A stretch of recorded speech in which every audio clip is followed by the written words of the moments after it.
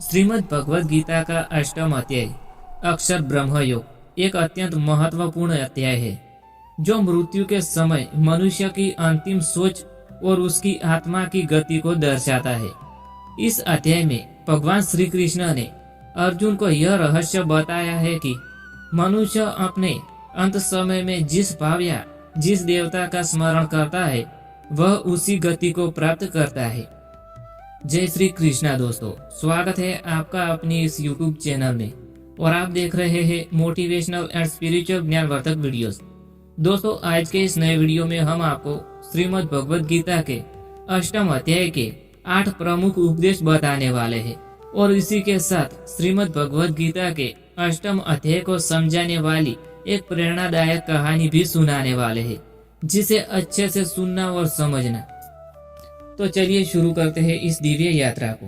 पहला उपदेश है अक्षर ब्रह्मयोग और परम गति। भगवान श्री कृष्ण बताते हैं कि वह अक्षर ब्रह्म ही परम सत्य है और जो भी व्यक्ति इस ब्रह्म को समझकर उसे भजता है वह मोक्ष को प्राप्त करता है। दूसरा उपदेश है मृत्यु का रहस्य। मनुष्य की मृत्यु कैसी होगी यह उसके जीवन भर के कर्मों और अंतिम समय में उसकी चेतना पर निर्भर करता है। तीसरा उपदेश है यात्रा 2 मार्गों की। देवायन मार्ग अर्थात उत्तरी मार्ग। जो व्यक्ति भगवान का त्याग करते हुए मृत्यु को प्राप्त करता है वह इस मार्ग से ब्रह्मलोक जाता है और अंत में मोक्ष प्राप्त करता है। दूसरा है पितृयान मार्ग अर्थात दक्षिणी मार्ग। जो व्यक्ति सांसारिक कर्मों में लिप्त रहता है और भौतिक इच्छाओं से मृत्यु को प्राप्त करता है वह पुनः जन्म मरण के चक्र में फंस जाता है। चौथा उपदेश है ओमकार और भगवद भक्ति की महिमा। जो व्यक्ति मृत्यु के समय ओम का उच्चारित करता है वह ब्रह्मलोक को प्राप्त करता है। दोस्तों, अब हम आपको श्रीमद् भगवद गीता के अष्टम अध्याय के 8 लाभ को बताने वाले हैं। क्या लाभ होता है इस अध्याय को पढ़ने से और इस अध्याय का ज्ञान प्राप्त करने से मनुष्य को क्या लाभ होता है? तो पहला लाभ है मृत्यु का भय समाप्त होता है। जो व्यक्ति इस अध्याय का अध्ययन और मनन करता है वह यह समझ लेता है कि मृत्यु कोई अंत नहीं है बल्कि एक यात्रा का चरण है। दूसरा लाभ है जीवन की सही दिशा मिलती है। इस ज्ञान से हमें समझ में आता है कि हमें सांसारिक सुखों से अधिक आध्यात्मिक उन्नति पर ध्यान देना चाहिए ताकि मृत्यु के बाद हमें उत्तम गति मिल सके। तीसरा लाभ है मोक्ष की प्राप्ति।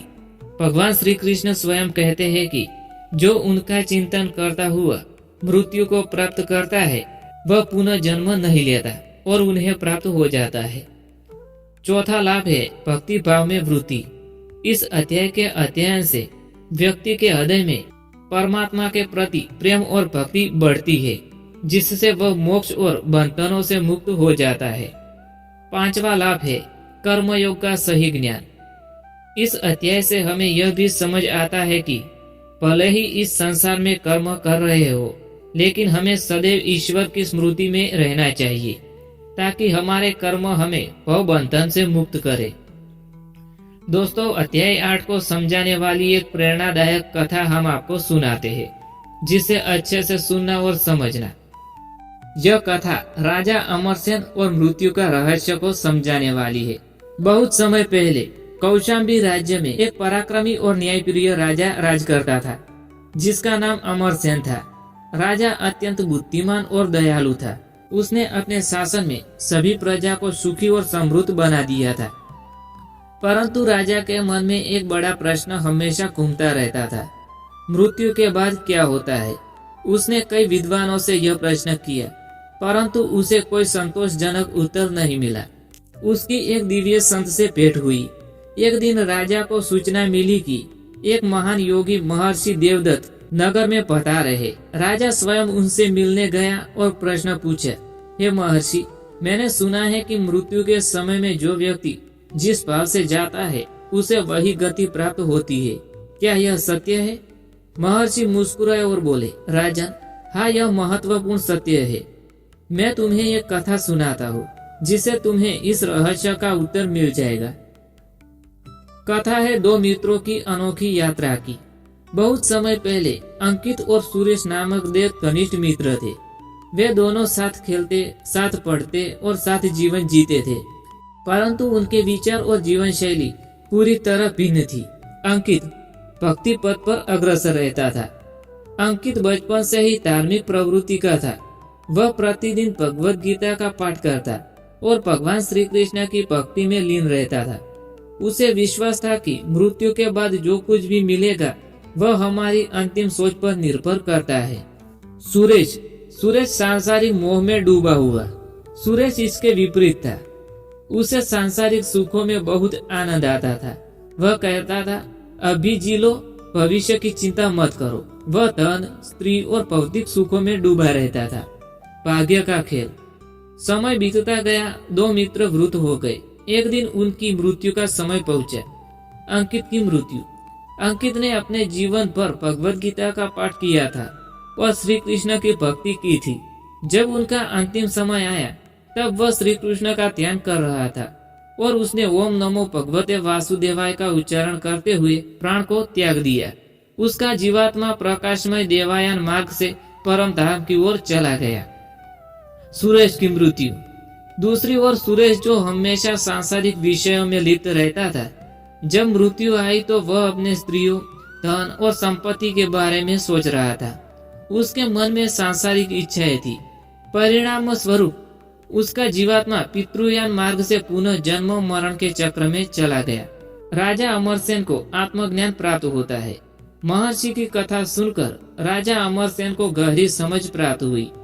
उसने महर्षि से पूछा, हे गुरुदेव, क्या इसका अर्थ यह है, यदि मैं मृत्यु के समय भगवान का स्मरण करूं, तो मैं पुनः जन्म मरण के बंधन से मुक्त हो सकता हूँ? महर्षि ने उत्तर दिया, हाँ राजन, गीता के 8वें अध्याय में यही सत्य प्रकट किया गया है। जो अंत समय में ईश्वर का स्मरण करता है। राजा अमरसेन ने उसी क्षण से भगवत भक्ति का अभ्यास प्रारंभ किया और मृत्यु के समय भगवान श्री कृष्ण का स्मरण करते हुए अपने प्राणों का त्याग दिया। परिणाम स्वरूप वह मोक्ष को प्राप्त हुआ और श्री कृष्ण के परम धाम में चला गया। इस कथा की सीख, जो अंत समय में जिस विषय का स्मरण करता है वह उसी गति को प्राप्त करता है। भगवान की भक्ति का अभ्यास जीवन में ही करना चाहिए ताकि मृत्यु के समय उनका स्मरण हो सके।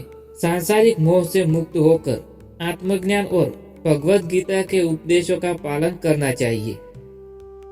ओम और भगवान के नाम का जप मृत्यु के भय को समाप्त कर देता है। इस अध्याय की सीख। 8वां अध्याय हमें सिखाता है कि मृत्यु जीवन का अंत नहीं बल्कि एक यात्रा है। यदि हम भगवत भक्ति के मार्ग पर चलते हैं तो अंतिम समय में श्री कृष्ण का स्मरण करते हैं तो हमें परम धाम की प्राप्ति होती है। दोस्तों, इसी के साथ यह ज्ञानवर्धक वीडियो यहाँ समाप्त होता है। Thanks for watching videos. Thank you.